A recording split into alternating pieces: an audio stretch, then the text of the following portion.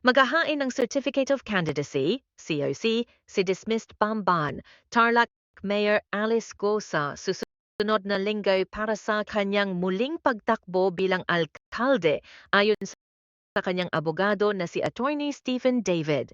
Sa ulat na inilabas ng ABS-CBN News, kinumpirma ni Attorney David na handa na ang dating alkalde na mag-submit ng kanyang COC bilang bahagi ng kanyang re-election bid upang muling makapagsilbi sa mga residente ng Bamban. Dapat makita ng bayan kung mahal talaga siya ng Bamban, ani Ati David.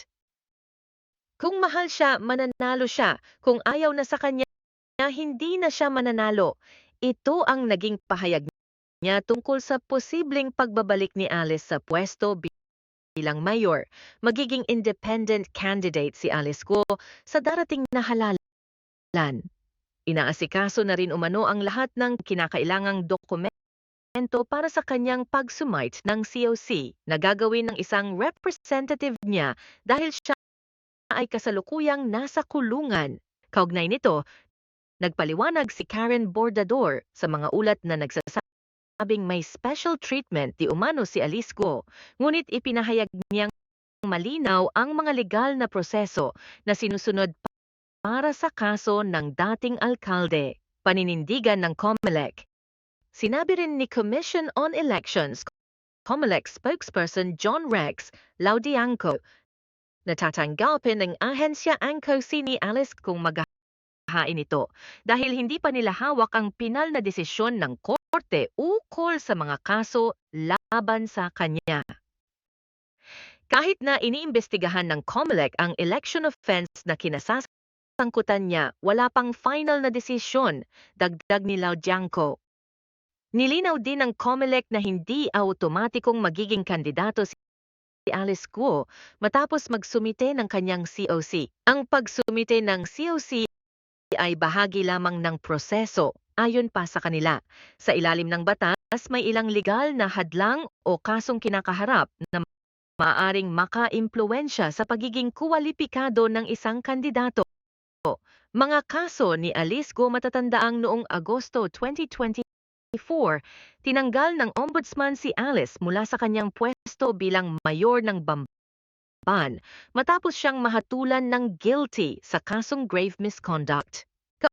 Kaugnay ito ng umano'y pagkakasangkot ng dating alkalde sa mga ilegal na aktibidad ng Zunyuan Technology, isang Philippine offshore gambling operators POGO company na ni-raid sa Bamban. Bukod dito, si Alice ay kasalukuyang nakadetain sa Pasig City Jail Female Dormitory dahil sa kasong qualified trafficking. Ito ang nagdagdag ang mas malaking hamon sa kanyang planong bumalik sa politika, ngunit nananatiling tiwala si Alice at ang kanyang kampo na malalagpasan nila ang mga ito. Reaksyon ng publiko sa gitna ng mga kontrobersyang kinasasangkutan ni Alice. Hati ang opinyon ng mga residente ng Bamban at ng mga netizens. Marami ang nag-abang kung paano tatanggapin ng publiko ang kanyang muling pagtakbo bilang alkalde, lalo na't kasalukuyan siyang nasa legal na laban. Habang abala ang kampo ni Alice sa paghahanda para sa nalalapit na eleksyon, nananatiling palaisipan sa marami kung magtagumpay siya sa muling pagtakbo o kung ito ay magiging bahagi lamang ng masalimot na kabanata ng kanyang pampulitikang karera. Oo, pwede pa rin tumakbo si Alice Go kahit siya ay nakakulong o nahaharap sa mga kasong kriminal. Dahil sa ilalim ng batas ng Pilipinas, ang isang kandidato ay hindi automatikong nadidiskwalipika sa pagtakbo para sa isang pampublikong posisyon kahit pa siya ay kasalukuyang nakakulong o may pending na kaso. May ilang mahalagang aspeto sa batas na sumasakop sa ganitong sitwasyon.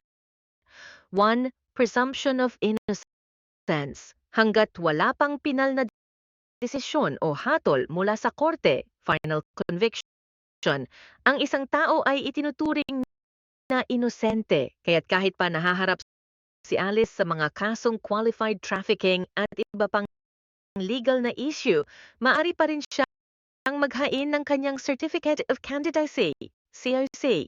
Disqualification only after final conviction. Ayon sa batas, ang isang kandidato ay maaari lamang madiskwalipika kapag may pinal na hatol o desisyon na nagsasabing siya ay may sala sa kasong may parusang perpetual disqualification from public office o pagkakakulong ng higit sa 18 buwan, 18 months. Kung wala pang pinal na desisyon mula sa korte, hindi pa siya maaring alisin sa karapatang tumakbo. 3. COMELEC rules. Ayon sa COMELEC, tatanggapin nila ang cooking ay isang kandidato basta't ito ay nasa tamang format at walang automatic disqualification na naka-apply sa kaso ng kandidato. Hanggat hindi pa nalalapat ang pinal na desisyon ng korte, maaari pa ring sumali ang isang tao sa halalan. Sa kaso ni Alice Guo, bagamat siya ay nakakulong at kasalukuyang hinaharap ang mga kaso laban sa kanya, hanggat walang pinal na desisyon mula sa korte, maaari siyang maghain ang kandidatura at lumahok sa halalan.